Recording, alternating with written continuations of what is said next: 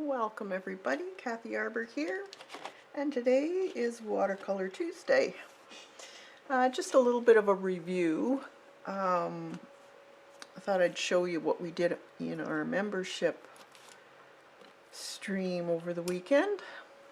And this was for both groups, Blooming Artists and Budding Artists. And it was using watercolor with your different texturing tools. Not necessarily tools. This was plastic wrap, so you got all these very awesome line work in it. Could be anything. Could look like limbs, leaves, all kinds of stuff. And then we did another one here, and I showed how to make your own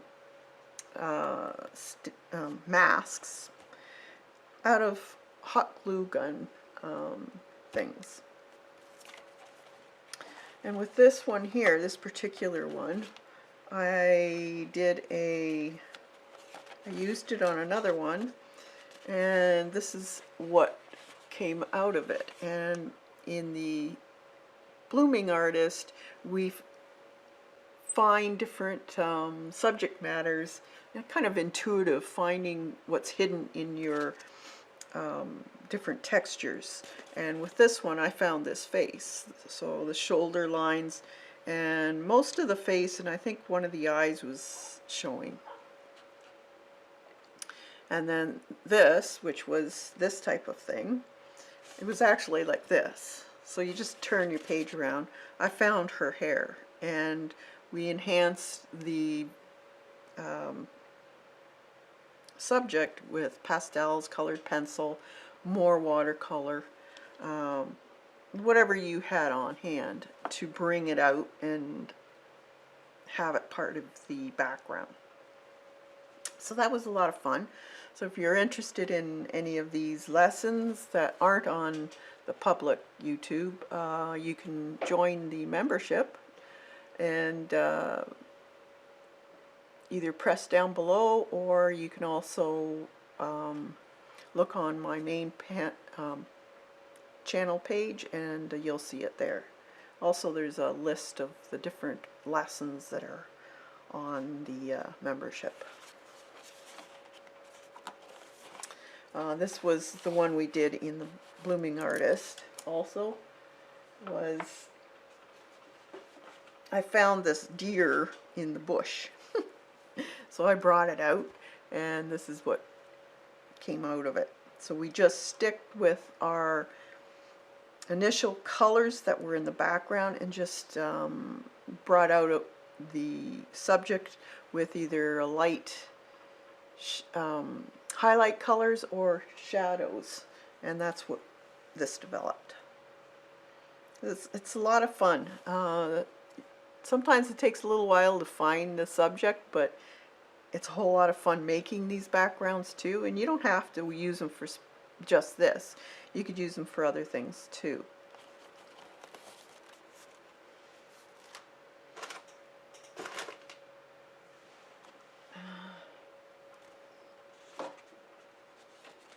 So I hope you all had a great weekend. I'm just waiting for this to dry. This is Frisket. This is what we did last Tuesday, and actually enhanced some of this, drew it out more, and made the bumblebees. Was it this one or was it something else? Might have been something else, but not in the book. Thinking, I don't remember. But we did that. So it takes a little bit of time for Frisket to fully. This is a new Frisket that I have too, and I'm not sure how long that's going to take to dry up, because it has to be completely dry before you can paint over top of it. Because if you get anxious and start painting around it or whatever, and the paper gets wet underneath it, it will stick to your paper. You won't be able to remove it. So be a little patient and let it dry completely.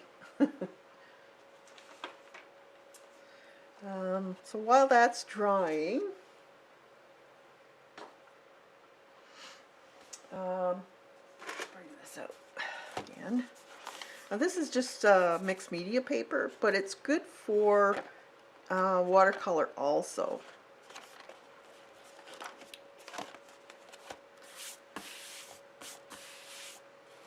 Now what I thought today, I'm going to be doing a scene, not much of a scene, but a scene anyways, of a field, a farmer's field, and the old cedar post with the wire, and then some Queen Anne's lace around the post, some weeds, grass, that type of thing. And I'm going to show you how easy it is to do wood grain. It's not that difficult. You can do this also in acrylic paint. If you don't have watercolors, just water down your acrylic paint a little bit more. Hey Lena, good to see you. Dorothy, good to see you. Just hold on a minute.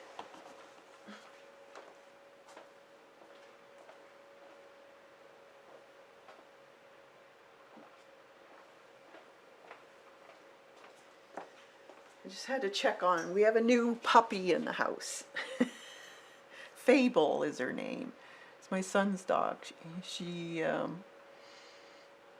came in the house yesterday, and she has to be the most well-behaved pup I have ever seen. She's quiet. She's calm. She is smart as a whip. Like, she learns things so fast, I can't believe it. She's a fantastic dog. She's a Australian Coolie, and sweet as can be. My other dogs are, Coco's having a hard time, so we're slowly integrating her with Coco. Coco's very dominant. Chloe loves her. No problems with her at all. So it'll take a little bit of time. So she's down here in the studio with me. Fable is. While my son's out getting some dog stuff. She's good. Maybe I'll lift her up and I'll show you what she looks like in a minute. She's such a sweetie. So what I was thinking of doing while I'm waiting for that to dry is show some simple ways of doing grass, field, that type of thing, up close and far away. Now far away is fairly easy, as you can probably imagine. It's just a matter of taking your greens, and you can take a couple different greens. This is sap green, I think. It's a very light yellowy green. And then take a, let's see, hooker's green is always a good one too. And you can either darken it or lighten it. See, I'll just add a little hooker's green to that, and then it'll give me a bit of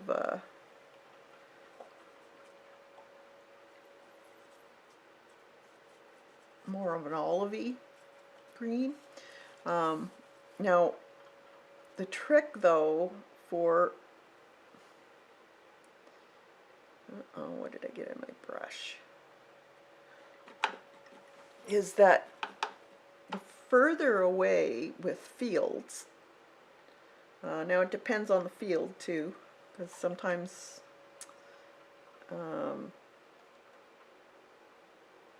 did I get some stuff in there? I think I might have. Oh no.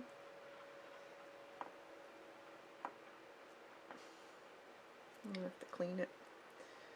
Get a different brush.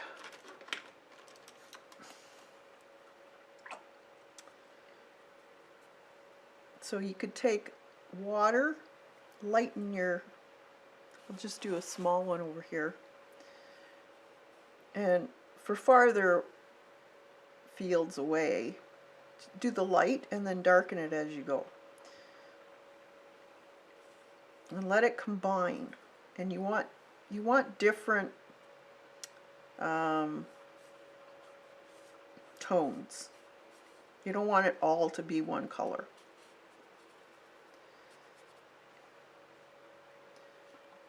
And then as you get closer, darken it.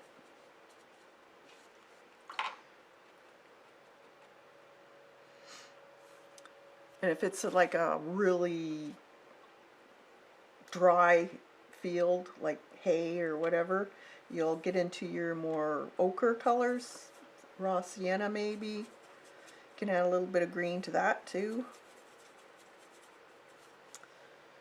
And the same thing applies. Lighter, and as you get down,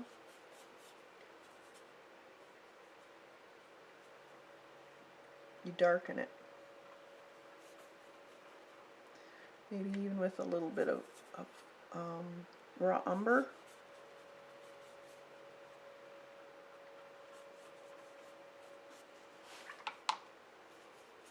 Okay.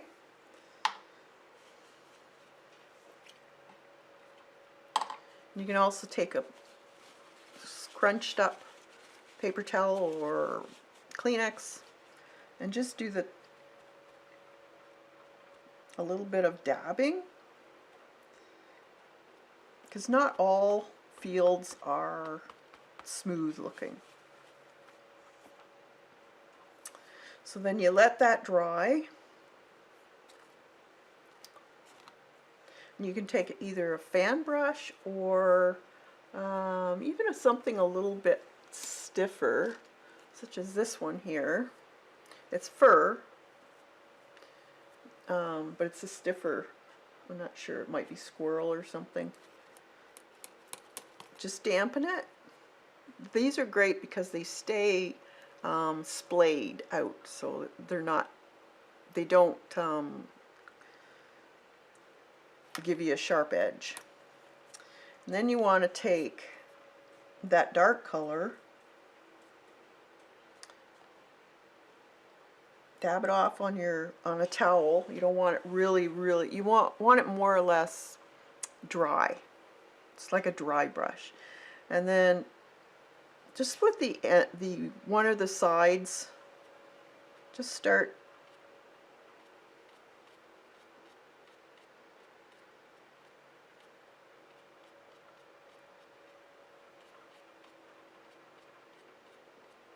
and switch it up. Go rock your brush back and forth, and this way you get varying widths of the grass. Do a little bit finer as you work your way up. A little darker on the bottom.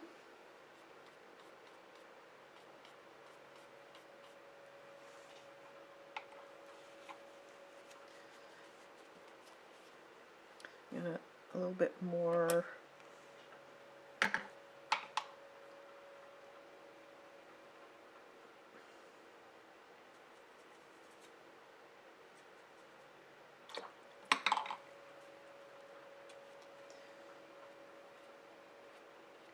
they might be longer,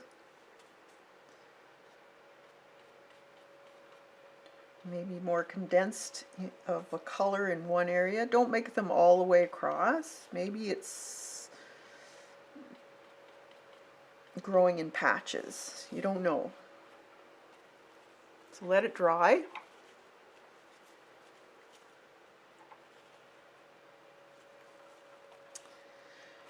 And then down here, we're going to wet this again.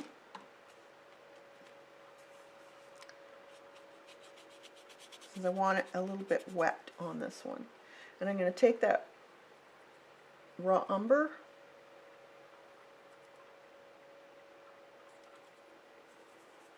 I want it fairly dark. And then just with the tip of your brush, wisp it. And when it's in the fall, you'll see grass tends to fall a certain way. It's not always up straight. It's got a bit of a curve to it from animals going through it, or especially if it's a wild field. You'll see different areas are darker.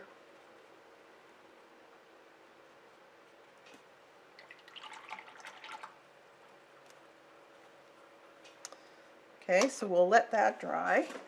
I'll just dry it with my heat gun.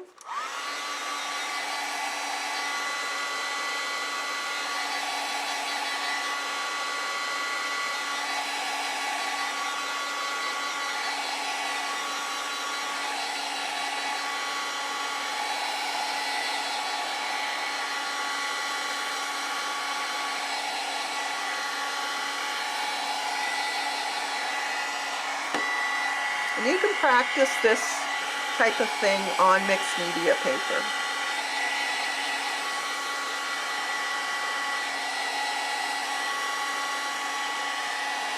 You want it good and dry before you continue.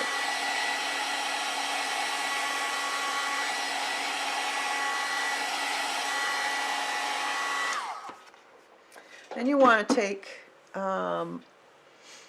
if you have a real fine script brush, liner brush, you can use that. I'm going to use some more of this.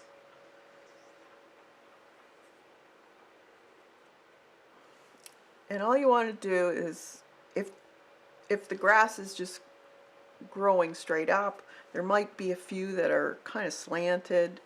Just remember that nothing is perfect, and you want the darkest areas in the front. And just flick in a bunch. So do bunches, not one here, one here, one here. It looks more realistic if it's in bunches. So you just kind of go around and around. Oh, my son's here. I'm going to show you the dog before he takes her.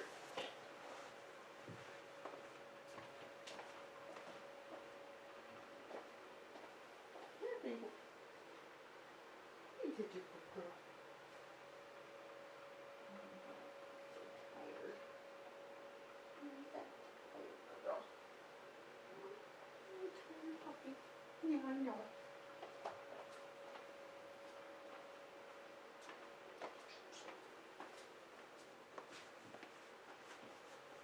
Okay.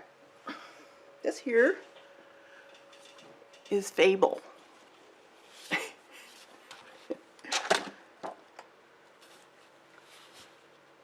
here. Look. That's Fable. She's got little spots on her nose.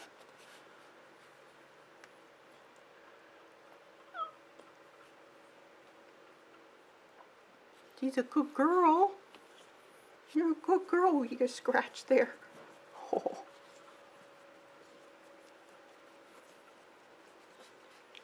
Isn't she cute? She's so sweetie. And she's so good. There you go. You're a good girl. Yes, you are.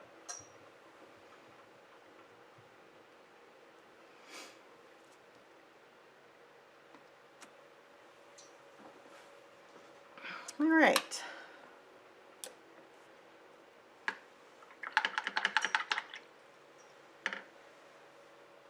What are you doing?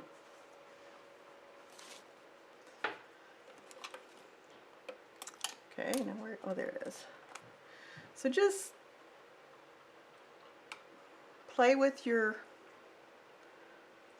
liner. Like I said, do a bunch in a grouping, darker in the front.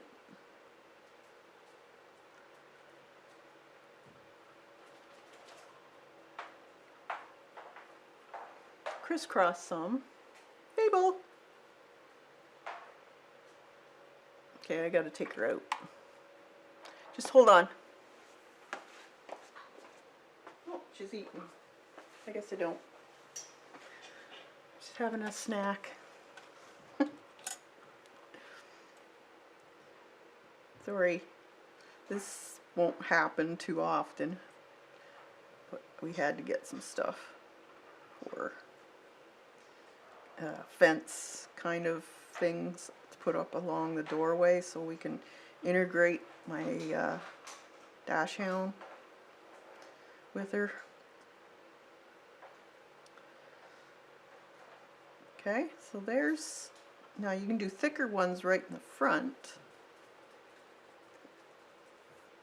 People.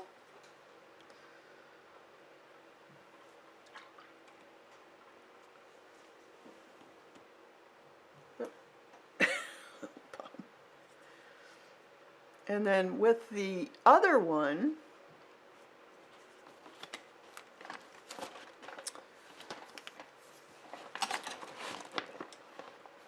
you can do just a few.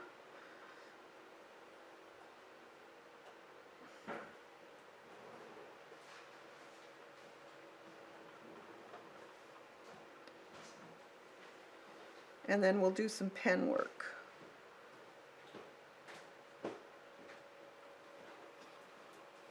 Hey. She being good? Yeah, she slept the whole time. She in her crate or just No, she's under the table.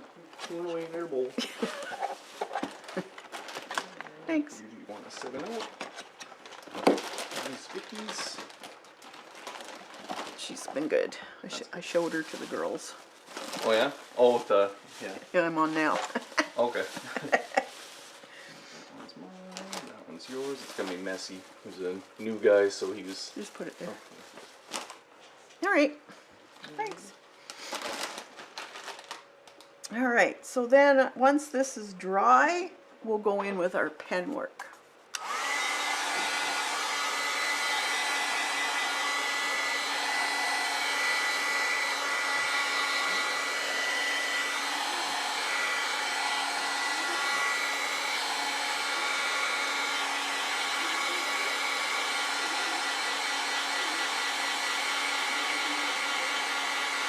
Hi, Ash. No problem. Must be fun with a sweet puppy in it. Yeah, she's such a good girl. I can't believe it. If the other two had been like that, it would have been a whole lot easier. It's almost like she was trained already. So when I'm doing ink, especially in these types of things, I would probably stick to a sepia color of ink instead of black, because it would be too in your face with a black color. And I like to use a fairly fine nib also.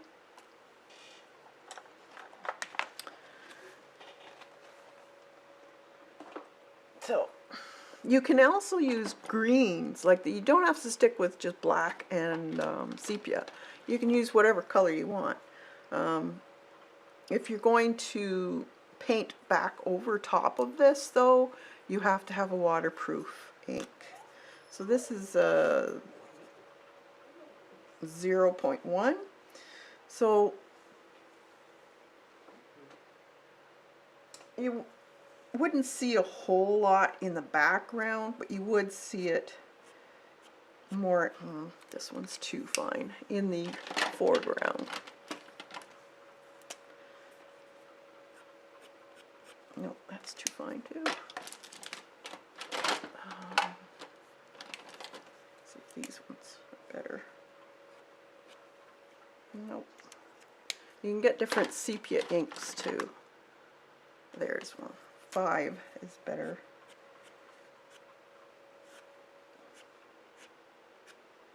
And again, remember it's old weeds, so they would be broken. So you can put some broken ones in.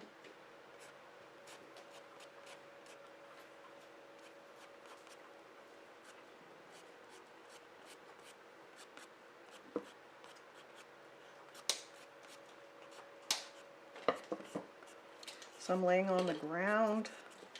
And then I would take a toothbrush or something that's, you can flick paint and put some splatter in there also.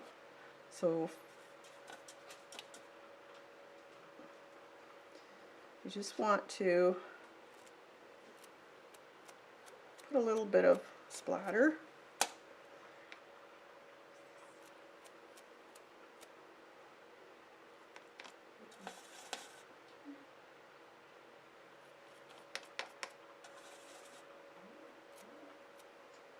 Like so. Of course you can protect the areas. And with these ones too, I could still go in with sepia also, with the green, and just put a few darker areas, and again, clusters.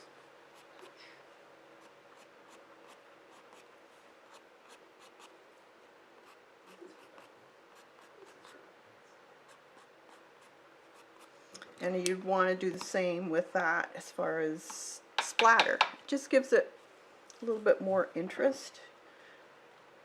You can also add some different shaped weeds in there, because it's more or less a silhouette when you're viewing it from a distance. You're not going to see the full detail of it.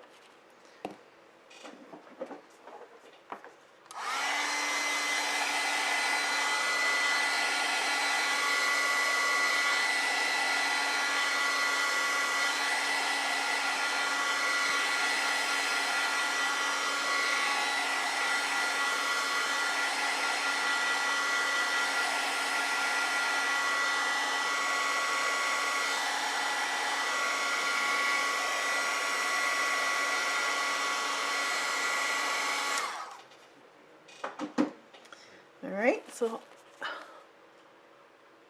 as you can see, it does give it a lot more interest. So let's put a little bit, we could make just a few dots on some of these stems would be enough to give it a different look of a weed.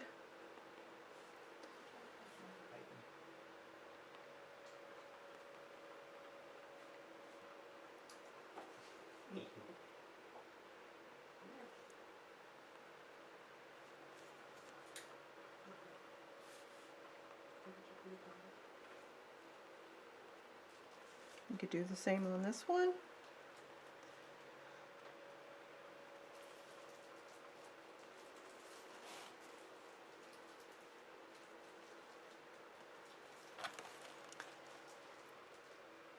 It just gives it, again, a little bit more texture.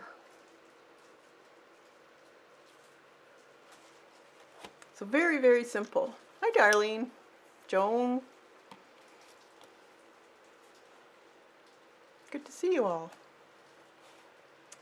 Okay, let's see if this is dry. Nope, not yet. It's taking a while. Okay.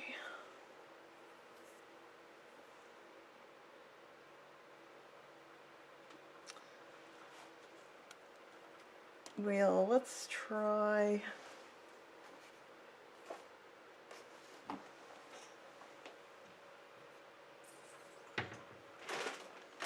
Show you another weed looking thing by using these sponges.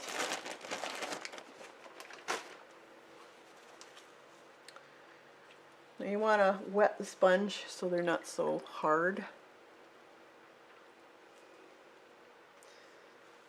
And we're just going to make the weed now. So I'm going to put some ochre with that raw umber.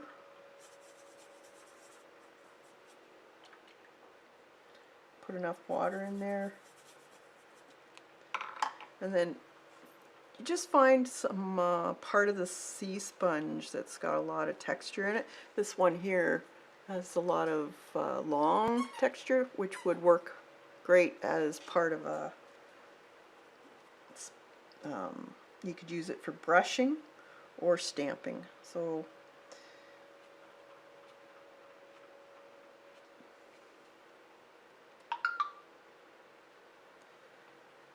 I brushed and stamped.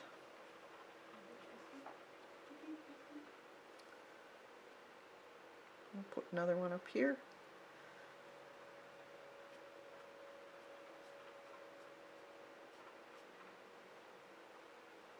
Stamp on the, you can rotate the brush so you don't see any kind of repeat of pattern. Okay. But what are we doing right now? I just came in. I'm just showing you different ways of doing a field or weeds, that type of thing. So we just did a very simple wash with some script lining on it, or if you have a fan brush, you could use that too. And then pen work over top of it. This one here is just a sponge. We're going to make this into one of the weeds you see in the fields. It's more autumn, I guess you could say.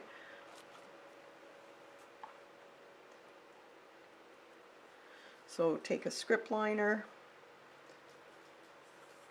maybe a little bit darker color this time, and I'm going to make some of these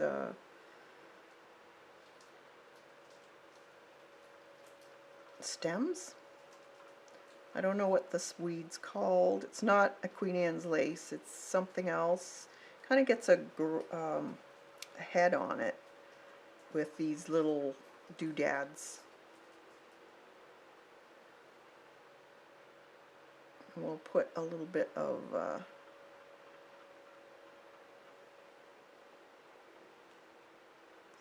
more color in there too.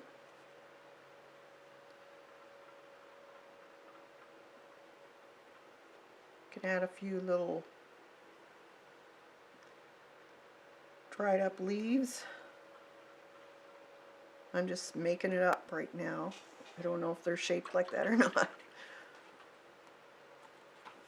And then you can take your fan brush again. So this is the one I'm using. It's a Skoda. Doesn't say the Arco. It's a Badger. And then a little more of this dark color.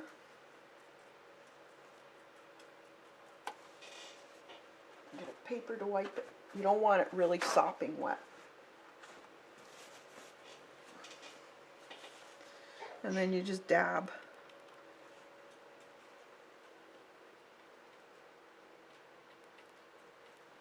Here and there. Not a lot. Just here and there.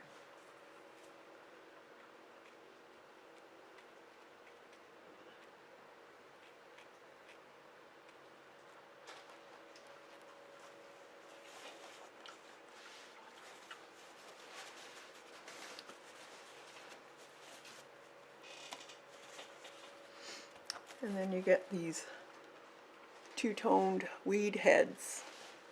Then you could also take the very tip of your, if you have a really nice tipped fine watercolor brush, and you can add a few stems. Or you could do it with pen too, whatever you want. Let's do that with pen. So I'll dry that up and I'll put some pen work on it.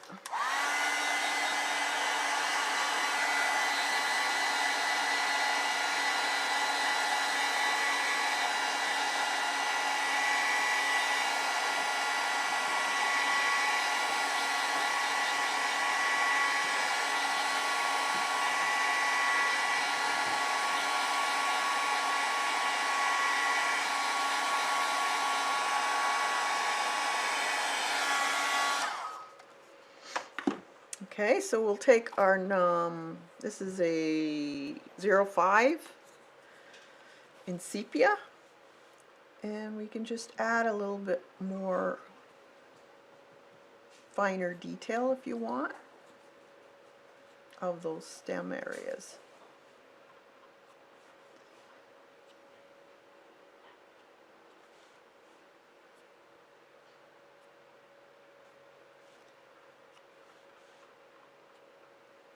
Don't have to put a lot in, just here and there.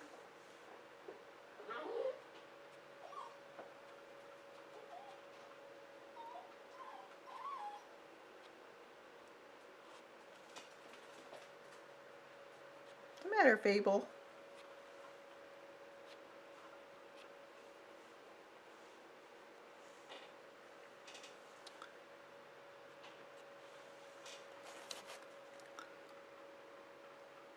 Go. And then you can add your, you could probably do a few scribbles too, here and there on the leaf or the top of the flower head. Just gives it a little bit more interest. These are for wash and ink sketches.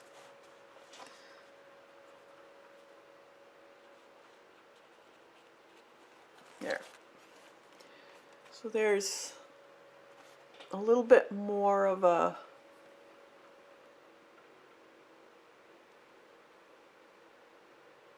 ink line to it, and that one doesn't. So, you know, it depends on what you like too. If you like yours a little bit less, then that's good too. This is how you find out your style when it comes to doing these. Not everyone likes a lot of ink work in them. Maybe just a tad, you know.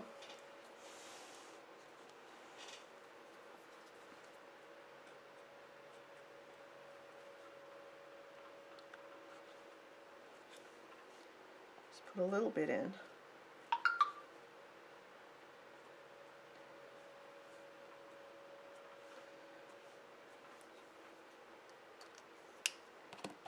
There.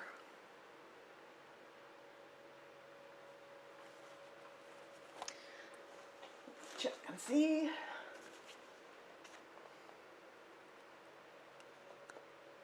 Almost. Just give it a couple more minutes and we should be able to paint on that. So what I'm going to be doing is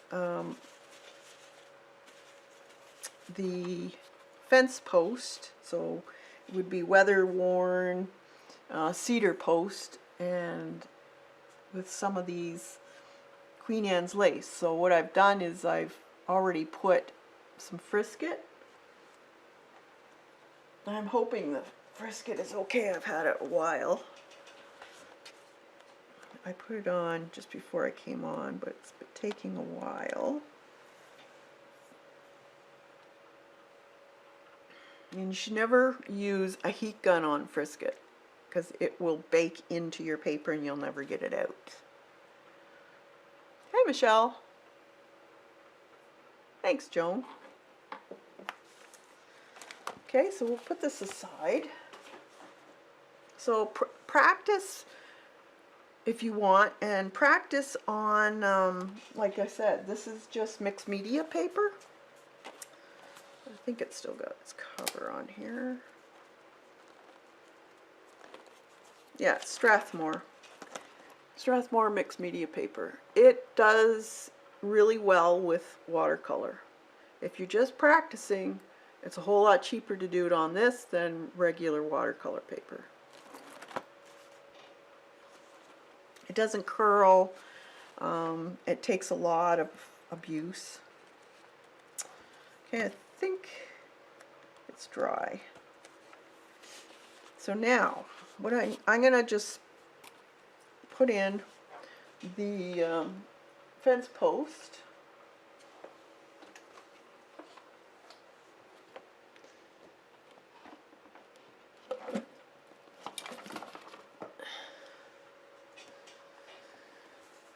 So I want, usually the posts will have a gnarly top because of the weather and whatnot. So I'm going to go right through this. I'm going to go past, so we're just going to see the top part of this post. And cedar is never straight. The posts are all gnarly, so you can add some of those wiggly bits to it. And then let's put some knots. Cedar have a lot of knots, and they have these little cracks that go around the knot.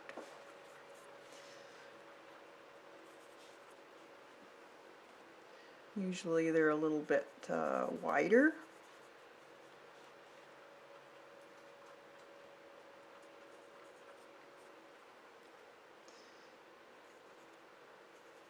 And then you have all of these marks that go around the knot. So I'm not going to put them all in because I'll use that for doing that with ink. Now you can either do the ink part first or you can do it later. It's up to you. So I think I'll do it first, and I'm going to use black with this one. There's a 5.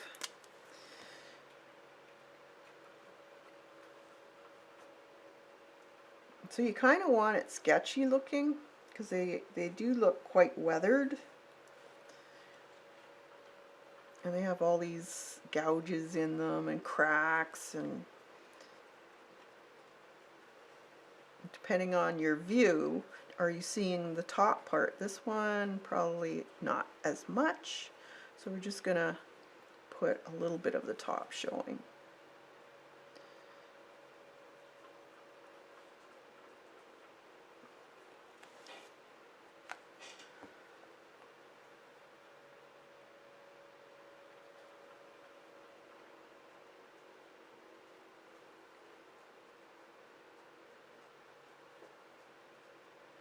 And I'm gonna probably,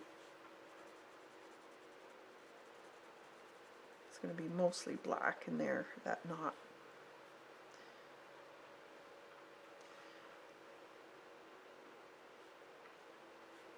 And the lines are, some of them are straight, some of them aren't. Most of them, depending on how the tree was growing, will depend on your lines in the tree. It's always good to get a reference, if you have a reference, just to see how things are. You can't really go wrong though making these. They're so gnarly. And let's put another knot there.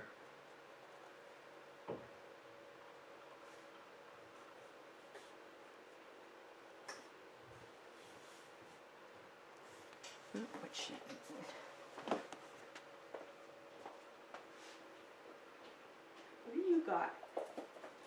No, you can't have that, you silly girl.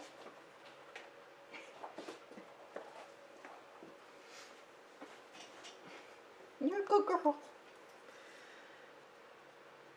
I have a new pup in the house, so kind of keeping an eye on her here. She's gonna be in my studio for a little bit till my other one dog gets used to her. She's into everything. Oh, she's got her toy now. Okay, so kind of line skip too. Depending on, I like a lot of line in these types of drawings. I think it adds to it.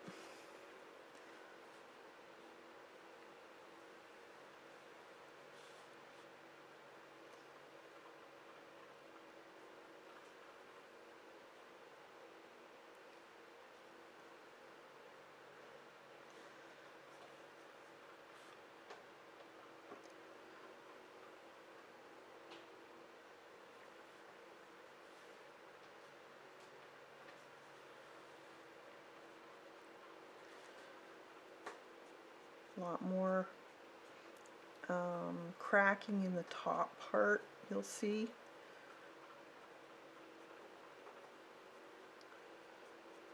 A little wider cracks also, just from the wear, from the elements.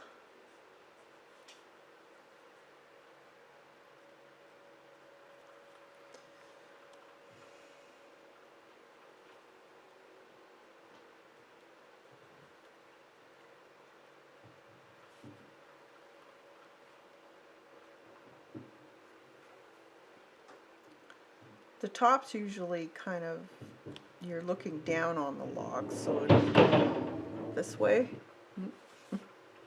Must be setting the gate up.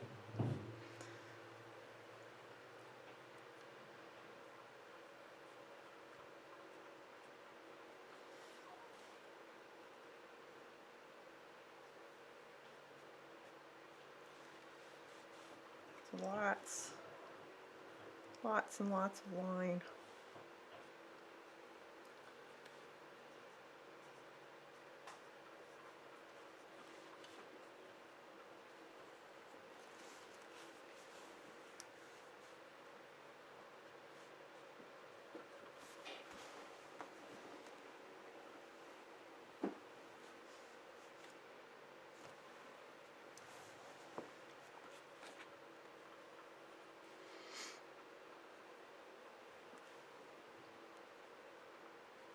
She's laying on my foot.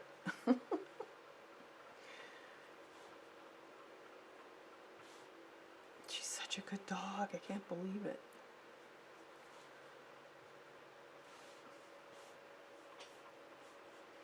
This one, it's a little different maybe. You're seeing part of the knot.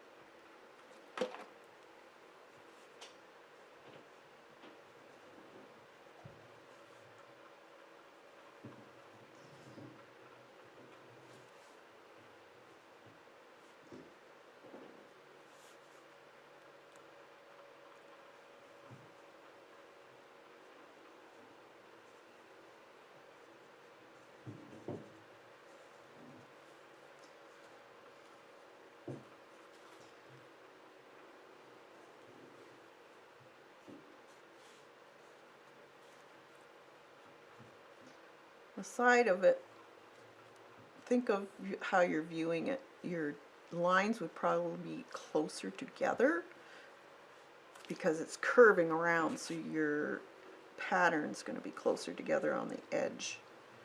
Something to keep in mind when you're doing this.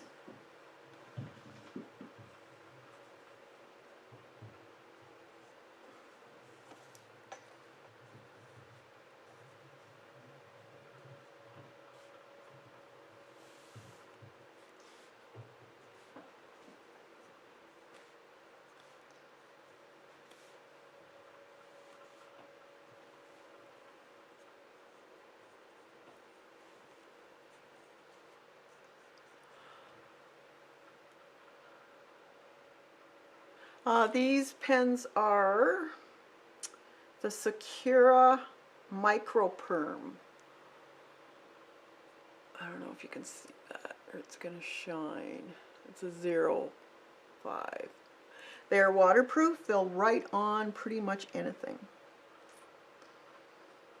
I really like them.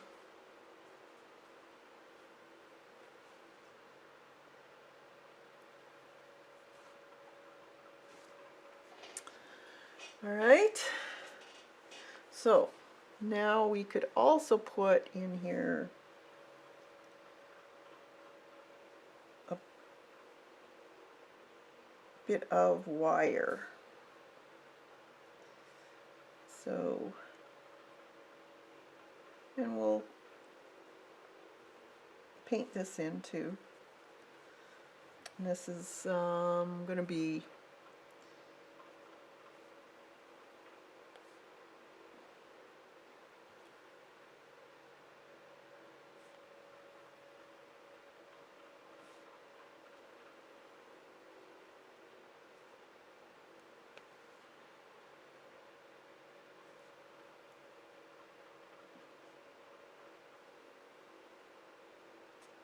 probably wire that's kind of old and it's coming apart. Maybe it's been mended a few times, so it's not looking the best. And they have these big kind of staples that hold them in place.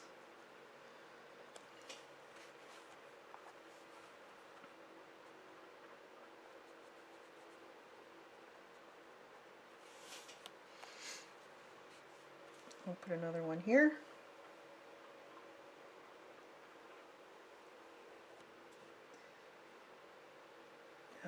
Let's do this first. Make a figure 8 all along here. And then we'll go in.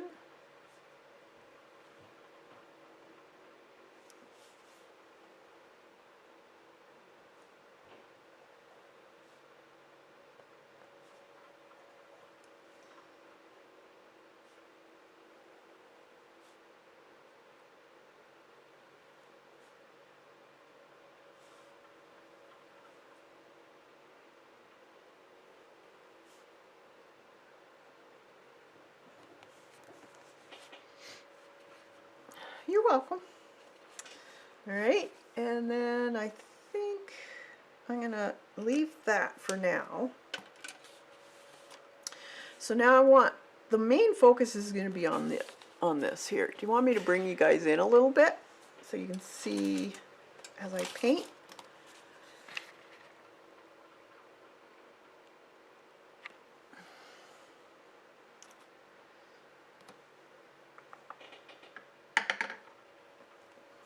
Okay, so I'm going to wet this background, not on my post though, just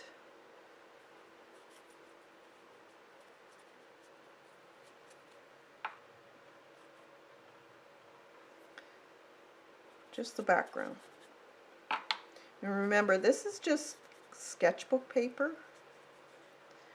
And then I'm going to add some green.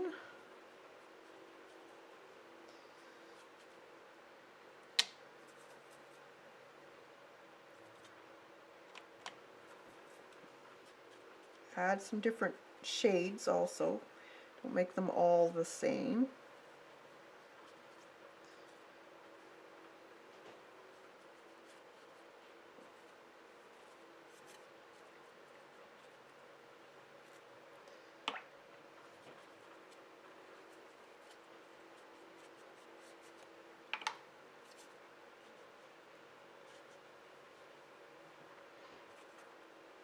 So mix things up. Different shades of green. It's a field, so there'll be all kinds of different greens in there. Might want to put a little bit of darker on the bottom area, or even beside the post on the bottom, because it'd be a little bit darker. And we'll dry that. Oh, actually, yeah, well, I can't really dry it because I have that frisket on, and you can't dry the frisket. So, let's do the post. Now the post, we can use ultramarine blue. Let's see.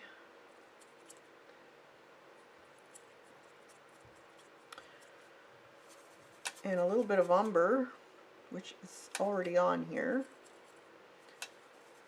And it'll give you a nice gray.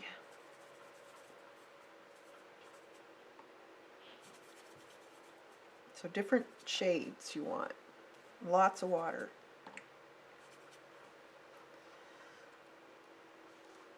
Okay, so then we'll just go in and just here and there put some of this color in. Don't want it everywhere.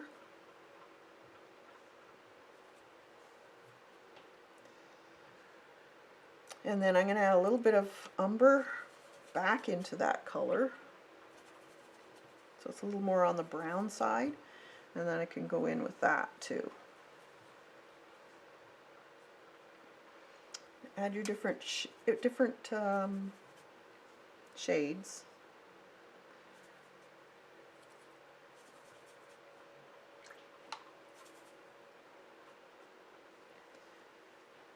Maybe it's a little darker on the bottom here because of the wet weeds every morning has turned the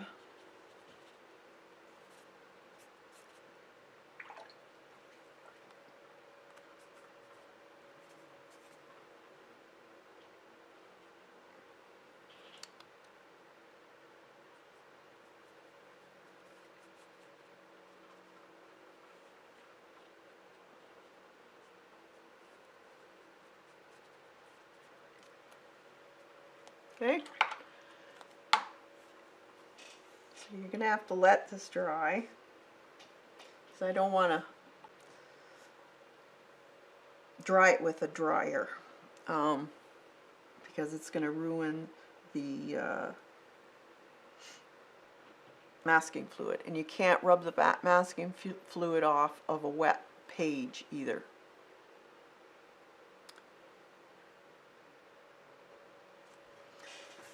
So I got a fan here, so I'm gonna, ouch, put that fan in front of that. And let's see, while that's drying, how about if I show you some watercolor books? Enabling. One of my favorite teachers as far as ink and watercolor is Claudia Nice. I've got most of her books, I think, pretty well. And most of her ink and watercolor that she does, she has so many techniques for the inking part so that it gives you textural look. Also, tips and tricks on how to do certain things to give it a look. And she just uses pen. So a wash of color and then the fur is all done with pen. So she's taken a fairly fine nib pen and then paid attention to which way the fur was lying because that's important. Different brushes she used. This is a really good book. It's got all kinds of special effects. Tells you how to do them. You know, watercolor, alcohol, salt, sponging, leaf prints. We've done that. Blotting, lifting, using just water, masking, bruising. The bruising is a really interesting. I always forget to do it. So you mark your paper with some kind of sharp object, and then when you put the watercolor on, it actually fills in that bruise that you did on the paper. But see, it doesn't have to be a lot of watercolor like this here. She's done a lot of small pen work there to give the shadow that was needed. So this is a great book to have. Look at this. And she also uses different colored inks. So she uses the green, sepia, and black. I think she even uses blue for skies. So you can do many, many things. So if you're interested in this type of work, I would strongly suggest getting this. It says it's the pen work that finishes it.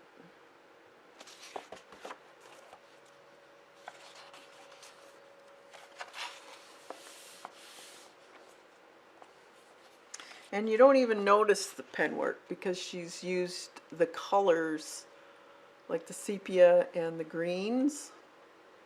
So you can get, you know, really nice pen colors, or if you get the Doc Martens Indian inks, they're great for this type of thing, and just use a nib pen.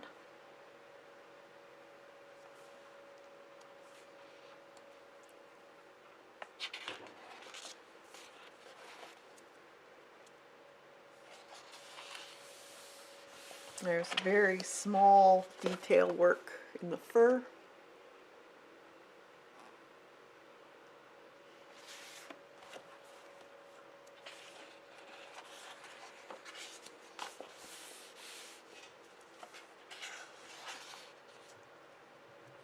And there's corals done with sea salt.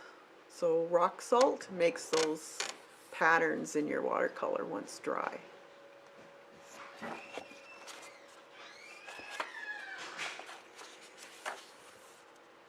There's another one that's great. The bubbles, little bubbles, that's just water, or also alcohol will do that.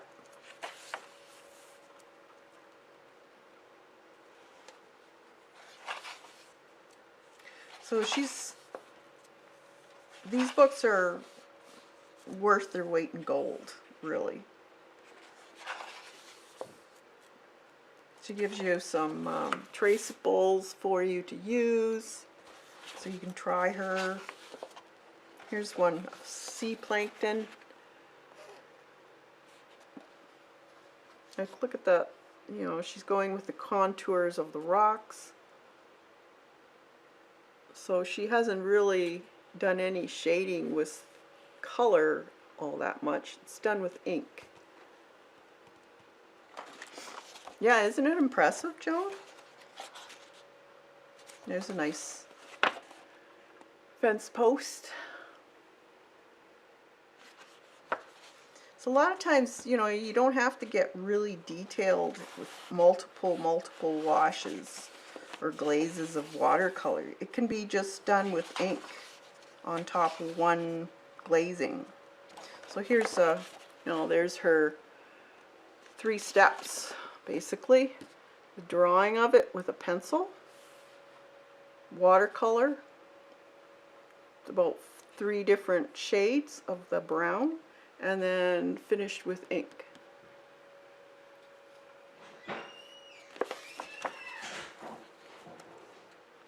That's cute. Yep, I need this book definitely. It's an amazing book, Darlene. You'll love it. Look at these rocks. So a lot of stippling done with this one.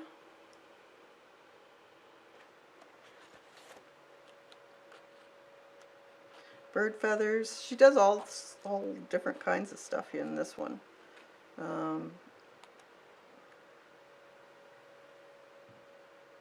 You know, and some of the, like this one here, there's not a lot of, this one is mainly watercolor, just a very small amount of ink.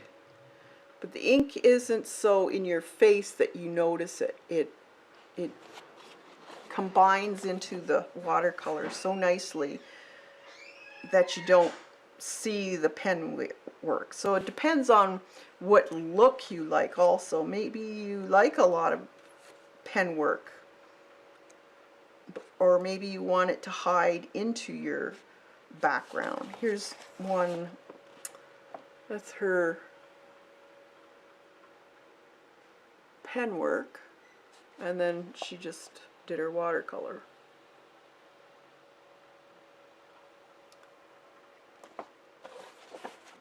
And she shows you the different strokes that she's using and why she's using it.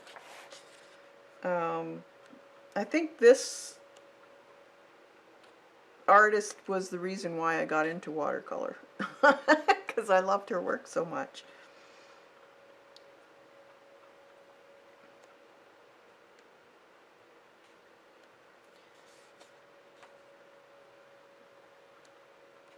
This was amazing. This is a waterfall.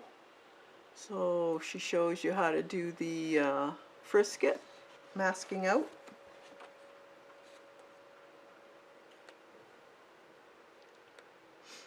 She's got quite a few books out, so I know she has one on trees, one on the basics of ink and watercolor, so it gives you a bit of everything. That one, it's probably in the other room, is a good one for a beginner. Let's see if this is dry yet.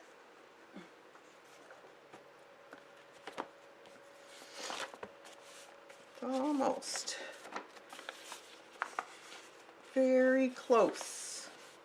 Just give it one more minute. Sorry, I just can't stress enough. Do not use your heat gun on masking or frisket, whatever you want to call it, because you'll never get it off. And it has to be dry before you can take it off. So, do any of you have the Claudia Nice books? I know Janet has it, and Lena, I think you do too, do you not? Have a couple of her books?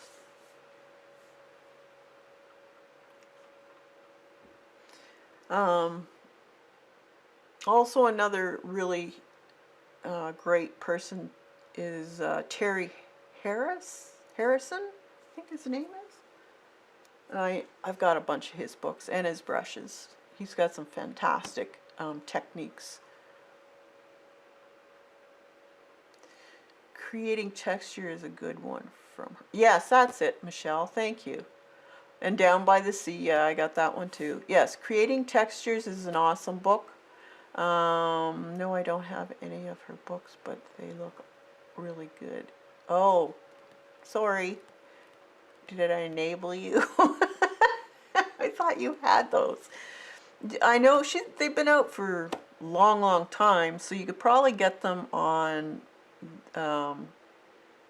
thrift books or one of those.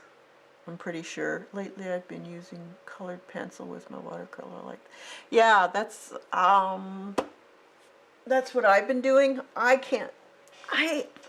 just can't not use colored pencils.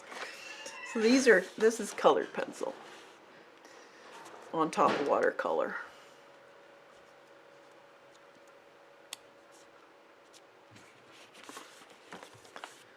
That's all watercolor. See, these have colored pencils in them, just to bring that little bit of oomph back into it.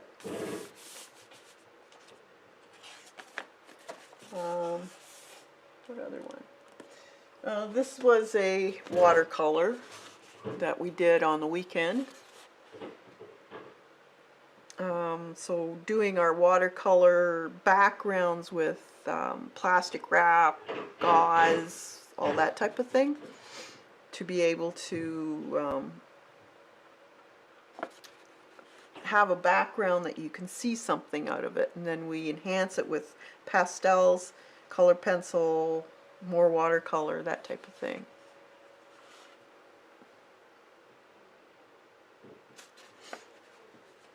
So there's many ways of using. I like using watercolor with pastels also. There's so many ways you can use it. So it's a really good medium to have as either a base for whatever you're doing, or just on its own. And really, you know, I know a lot of people look at the cost of artist grade and they're saying, whoa, such a small tube for, you know, $10, $15, sometimes $20. But if you haven't done watercolor before, you're assuming you have to use a lot of that tube up in just a few watercolor paintings. But no, it goes a long, long way, especially when you're doing it this way. So nature journaling or just urban sketching, that type of thing, it goes a long, long way. And you don't necessarily need the artist grade because it's in a book. So it's not going to be seeing any sun really.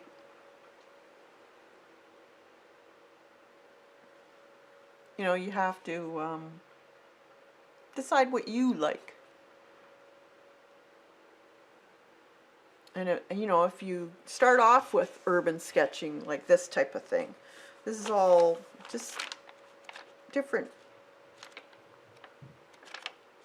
Play in a book. See if you like it. Don't go out and buy an expensive set and then find out it's not your thing.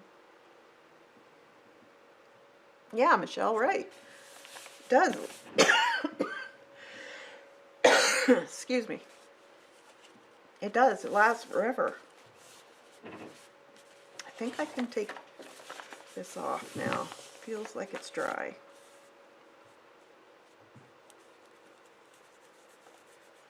You just rub it off.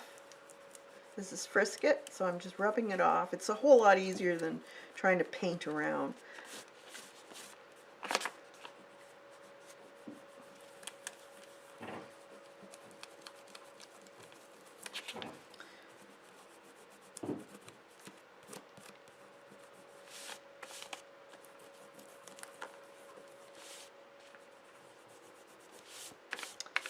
Okay, so there I've got the background around those flowers already done by putting the Frisket on.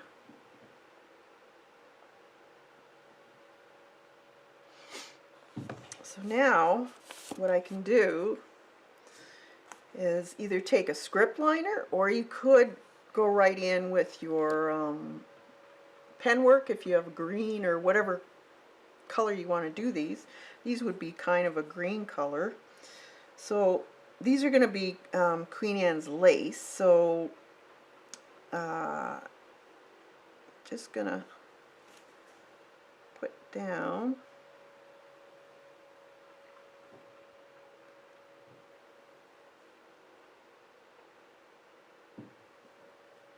some fine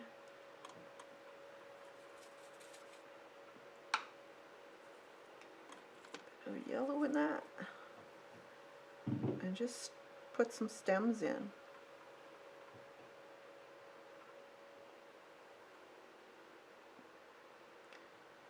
Now Queen Anne's lace has a bunch of little, looks like stems going up, almost looks like an umbrella. So depending on if you want to use a script liner, you can use that, or you could use your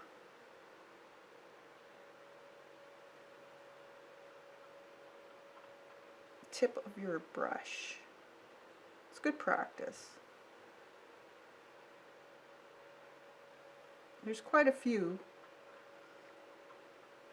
in there, so you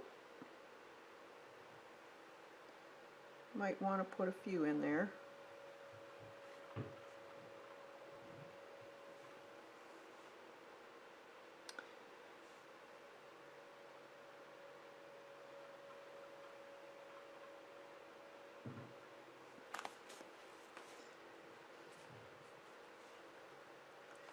Up here.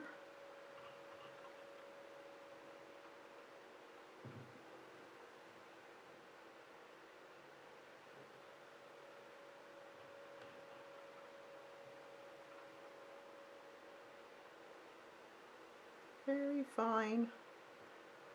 It's good practice. Remember, this is just a journal. Play with, try things out. You never know.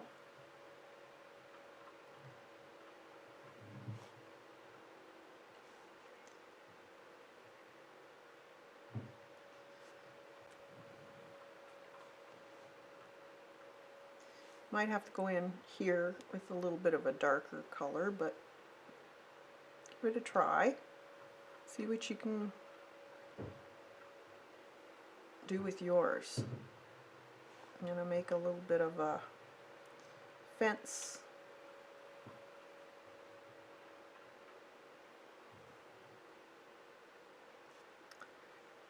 A little bit more moss green a little thicker, just so that it's shows up a little more.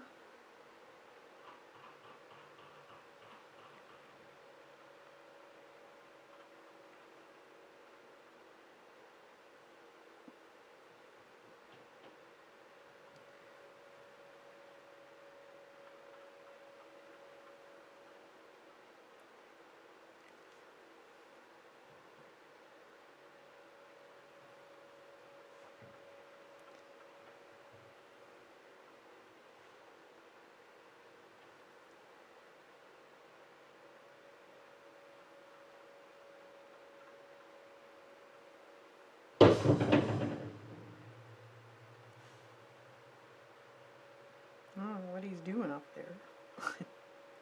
Did you hear that? He must be having problems putting that gate up.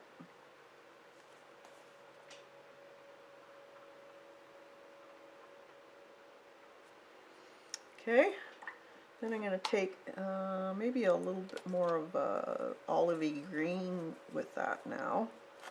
And I'm just going to throw in some of these grasses in here, right over top.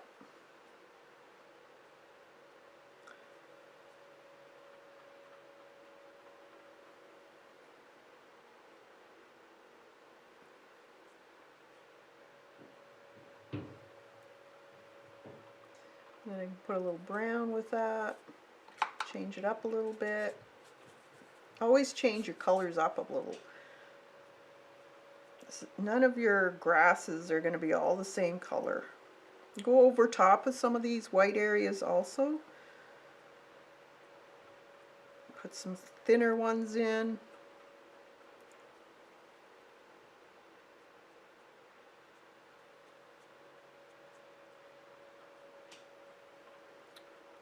Don't forget there's always broken ones also.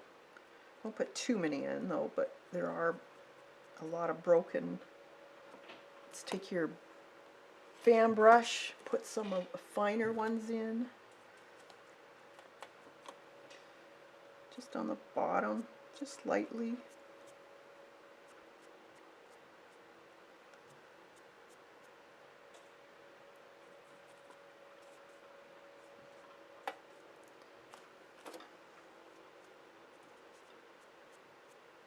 Different shades.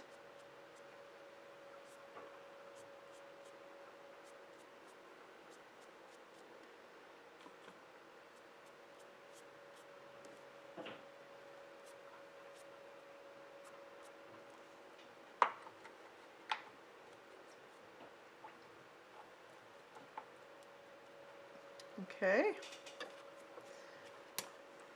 Now I want to put a little bit of a blue sky in there. So I'm going to take some ultramarine blue,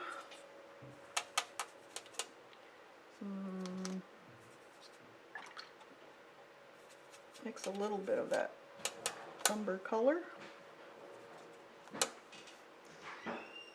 Remember, you're doing the sky, so if you're real quick, you can take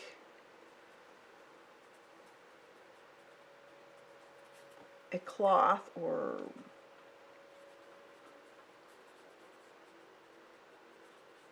some kind of Kleenex or something like that and lift it. And you can make clouds. Just lighten them.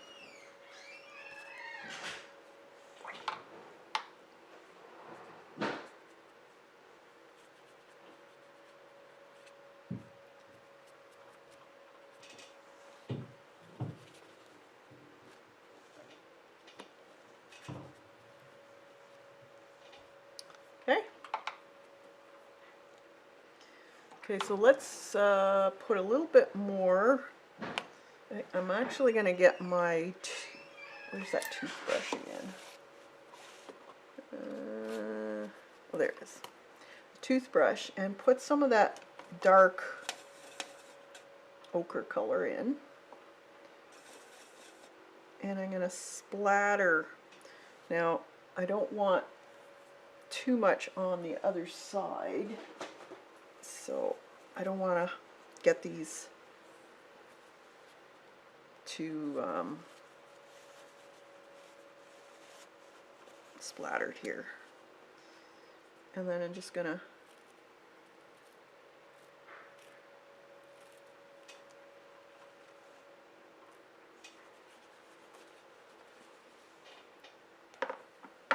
just a few spots.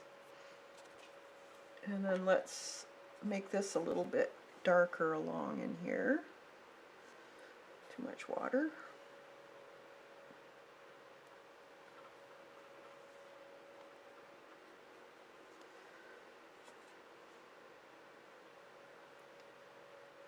Where the knot is, it'd be darker.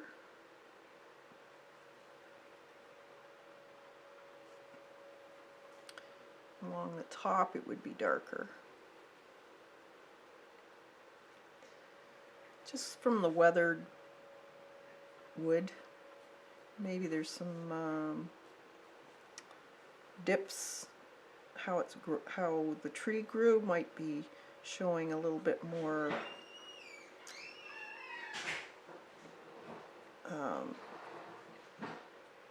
color, the wood colors in different ways. So you really can't go wrong in doing any of this. Okay. And then I'm going to take that brown still and I'm going to go along this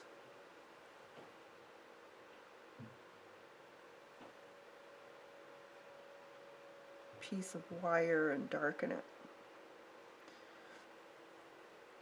And then I'll go back with my pen and put some of the rusty pieces on it.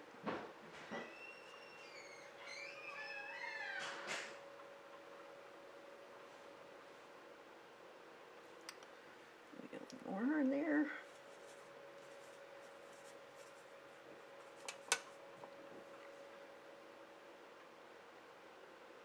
So it'll dry. Not quite as dark as what I've got down here, but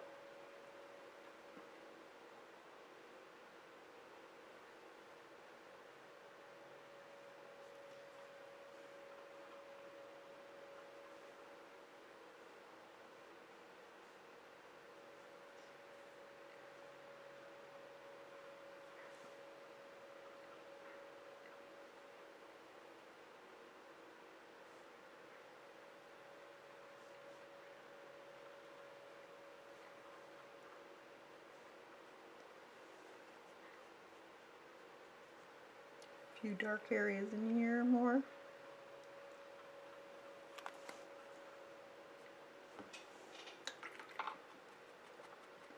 Hey Sharon.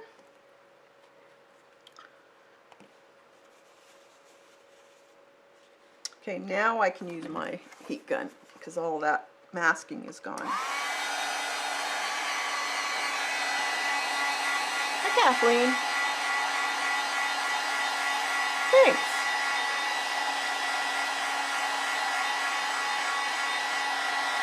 Thanks, Dot. I love my art folder. I have a stack now. I will be making a huge shirt. Awesome, Sharon.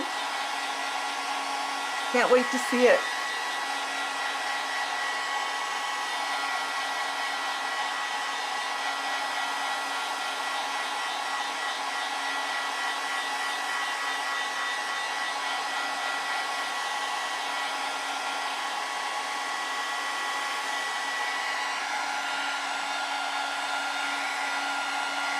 Got to go. Thank you so much for this. You're welcome, Joan. Thanks for being here. Have a great day.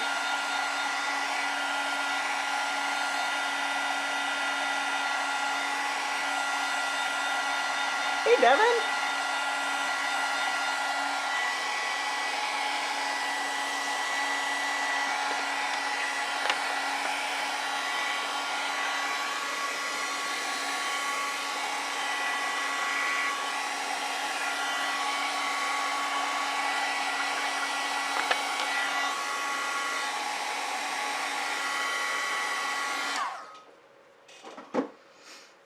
So there it is so far.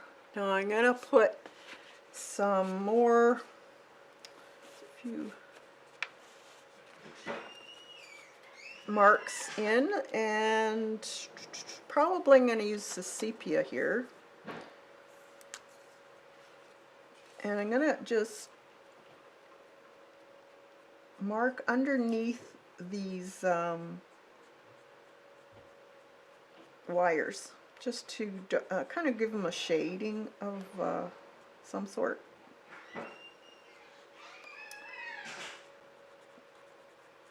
Especially over the wood area, just so that they stand out a little bit.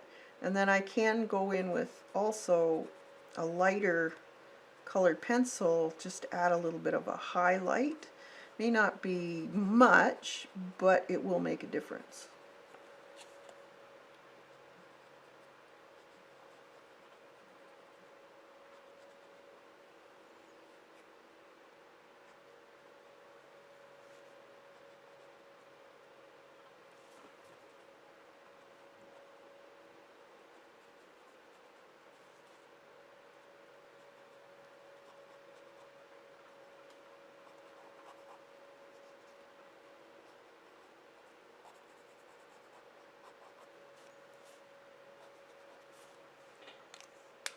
Okay, now I'm going to go in with a probably a really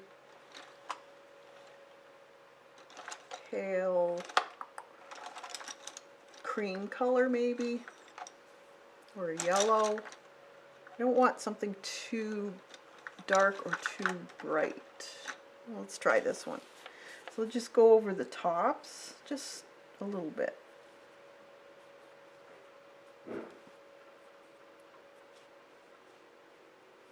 Because the sun would be shining on those parts.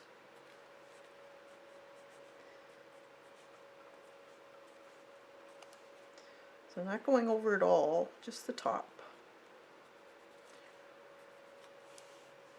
And then the top part of the bottom areas also. Just a very small amount, just to show a little bit of highlight hitting it.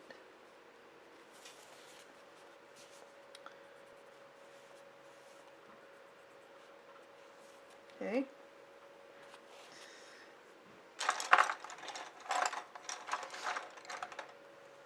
Now you can add more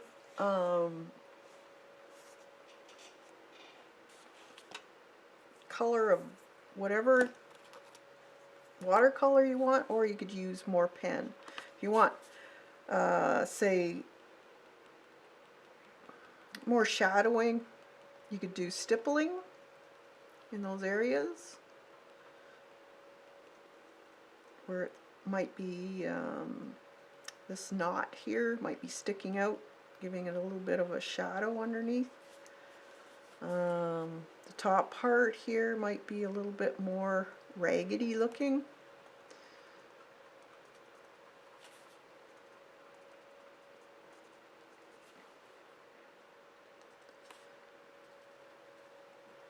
Maybe some stippling in the top part. So I'm just seeing a little bit of that top. Not a whole lot because of the perspective that I've put in.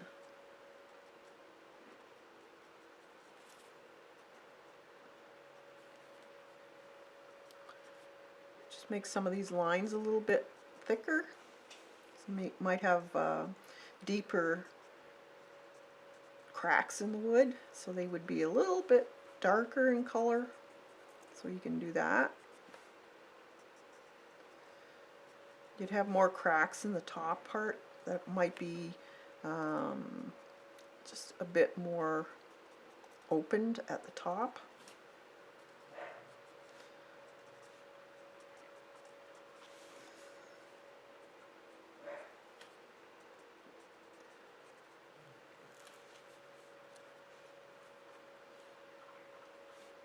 This is that other knot in here. You don't see it as much because everything else is hiding over top of it.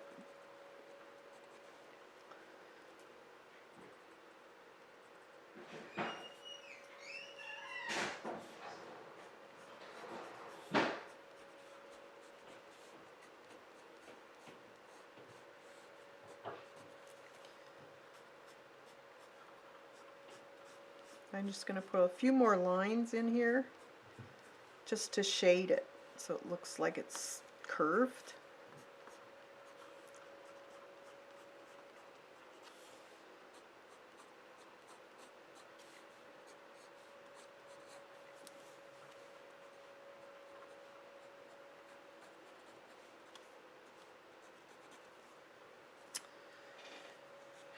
Alright, and then these flowers here, you could just put a few little dabs, scribbles around the areas because it wouldn't be completely white. You could also add a little bit of blue or yellow.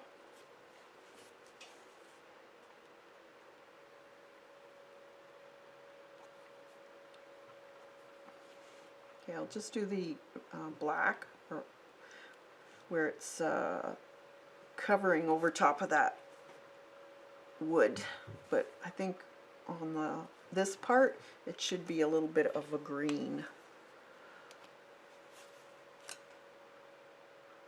Okay, Sharon, have a fantastic day. So a little bit of green on my brush and just the very tip of my brush. You can just dab in just a few more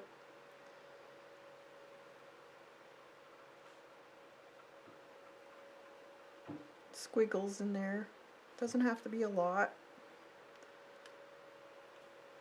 If you have a green pen, you could use that. Might go in with the bigger one here.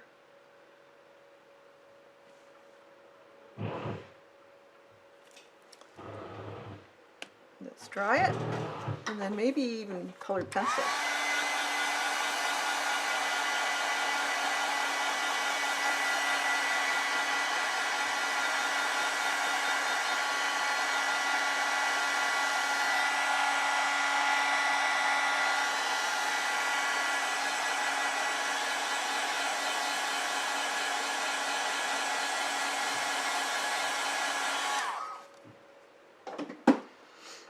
So, you could go in with a darker green if you wanted to, and just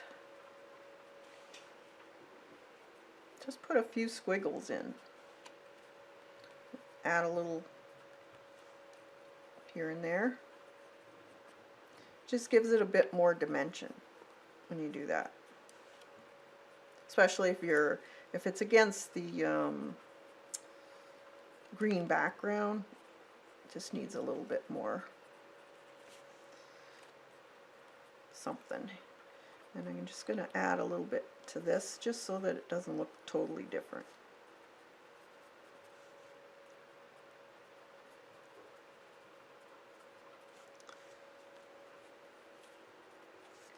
Alright, and there it is.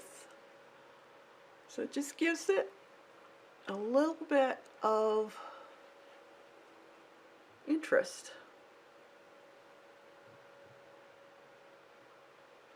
So you can do as much as you want on it. You could write about the day on here, all kinds of stuff.